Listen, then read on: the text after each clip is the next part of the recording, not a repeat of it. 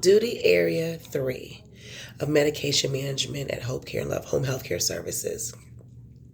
Duty Area 3 will consist of understanding your doctor's orders, understanding who can take doctor's orders and transcribe, and it will also help you understand what you're looking at when you're giving medication and some of the documentation that you'll need to know about when you're looking at your medication record, your medication administrative record, which is your MAR. Okay? You want to ensure that you always understand the plan of care when you're giving the medications to your individuals. Understand the accuracy of the medication. You must read. And if you're not quite sure, stop. Okay? All documentation, all paperwork, all binders, all charts for your individuals that are related to the care, you should be aware where they're at. And they are in different places in every home. Just ensure that you are familiar with where to find them when it's needed. Every facility has its own procedures for accessing the records. Please ensure to follow your facility's access regulations and policies. Every chart should include a baseline and a basic understanding of what is going on with the individual that is living in your home. Vital signs are important at the beginning to have a baseline of what type of vital signs they are coming in with. We should know their allergies, whether they're food, seasonal, or related to any type of item they may touch. We should have emergency contact information in the chart, whether it's a cousin, a mother, a parent, or a guardian that's been assigned to them. All medication should have an actual physician order that has been given to us to follow. And then any procedures that is recommended for the care that we're providing must be in writing as well. Okay? When we're maintaining these records, we want to ensure that we are reviewing them in their entirety and understand what needs to be given to who and when. For instance, if you're on a telehealth or you receive a phone call from a physician or you are having to send your individual out to the hospital, you must be able to identify and locate where the past medical history is. You should be able to find that in their on their medication record at the very bottom. You should be able to find that on their initial assessment, and you may be able to find it on the referral sheet. You should also know any drug allergies that they may have. Give a full list of their current medications, current medical conditions, and written notes that have shown changes in the physical or mental status of this individual. If they have any other physicians that are seeing them, ensure that you are giving those numbers and names to the physician that you're speaking to, whether it's through the emergency room, whether it's through whether it's through the emergency room, whether it's through the paramedics who are coming to the home, or whether it's through a telehealth call. And there should be an information sheet that you complete that tells what is going on, or in your progress note, what is going on with your individual and why you had to give this information and who you gave it to. Ensure that you are getting a first and last name of the physician. Now, it is very important to understand, as a DSP with medication management training, you cannot transmit orders. So you can't take an order from a physician and then call it to the pharmacist. You could take a paper copy, but you cannot take a telephone order. The prescriber can contact the pharmacist. The prescriber can give it to his employee, which is usually a medical assistant or a nurse at their office, and they can call the pharmacist. Or the prescriber can give it to a nurse, which is an LPN or an RN, who then can transcribe it or give it to the pharmacist. Under no circumstance can a DSP or someone who just has medication management transcribe orders. You could take a physical hard order, though, and fax it over. Okay? From the doctor, we get written prescriptions, and we should have an expected response time. Once we get that expected response time, we follow up on any type of special administration. It's very important to know if it's a controlled substance or a non-controlled substance. And then we want to find out if there's going to be any side effects to the medication that we're going to be receiving, if it's new. Once we receive these written orders, there should be a purpose for the medication. You should always know why we're giving it. Any possible interactions, like don't take with milk or don't take with other medications. And then if it is a PRN medication, we must have clear outlined information as to when and how we must give this medication.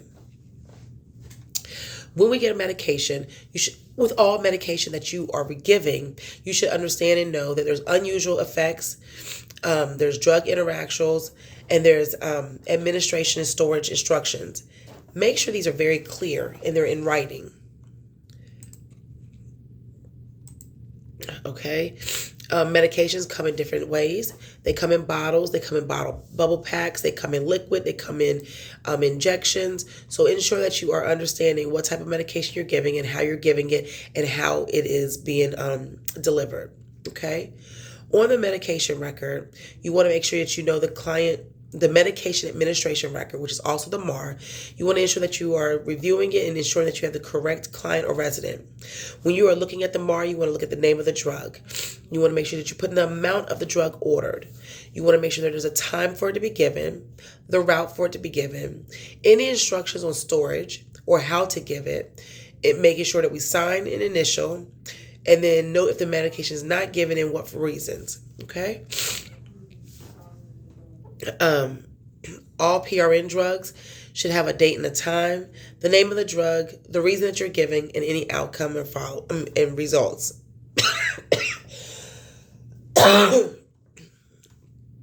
If you don't give a medication for any reason, you must initial, circle, put a reason on the ballot, and ensure that you're putting the outcome. Okay? I can't say it enough. You ensure that you want to have the right. Always make sure you have the right patient, the right drug, the right dose, the right route, and the right time. Okay? Sometimes you may have to take vital signs when giving medication. Please understand that the correct temperature or the normal temperature is 98.6. Now, this may vary.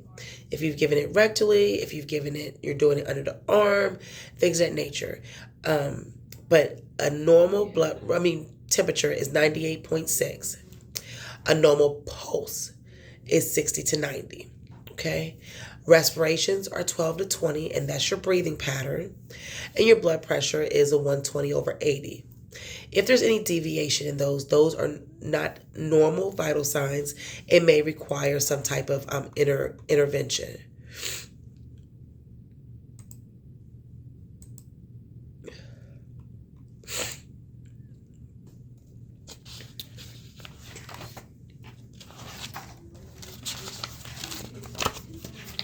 Okay, so you have desired effects, unwanted effects, and no apparent effects when you're giving medication.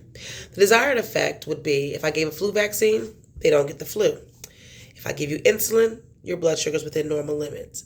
If I give you a cough suppressant, your cough stops. If I give you a mood elevator or tranquilizer, your mood behaviors are altered. Those are all desired effects. Unwanted effects sometimes occur, and those are called side effects or adverse effects. For example, if I give cough medicine and I become drowsy, that's not the desired effect, but it is a side effect. It can sometimes be unwanted. An unwanted side effect of taking iron is black tarry stools and sometimes constipation. Those are unwanted effects. A headache from a medication is an unwanted effect. Nausea is an unwanted effect. Okay, these are unwanted, they're unpredictable, they're unexplainable because not everyone has them. Okay, no apparent desire effect is basically you've given the medication and no change has happened. So if I gave a headache medication and they still have a headache, that is a no apparent desired effect. If I give something for nausea and it doesn't resolve, there's a no apparent desired effect. If I give them an anti-anxiety and they're still restless, that is a no apparent desired effect.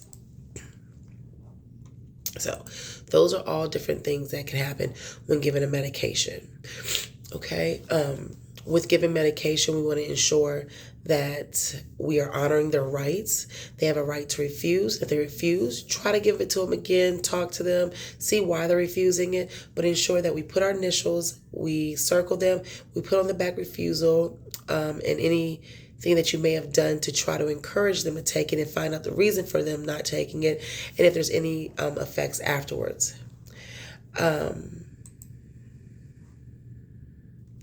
All Medications should be stored in a cool, dry area and locked when not being used. Okay. And that is a basic understanding and a basic outline of Section 3.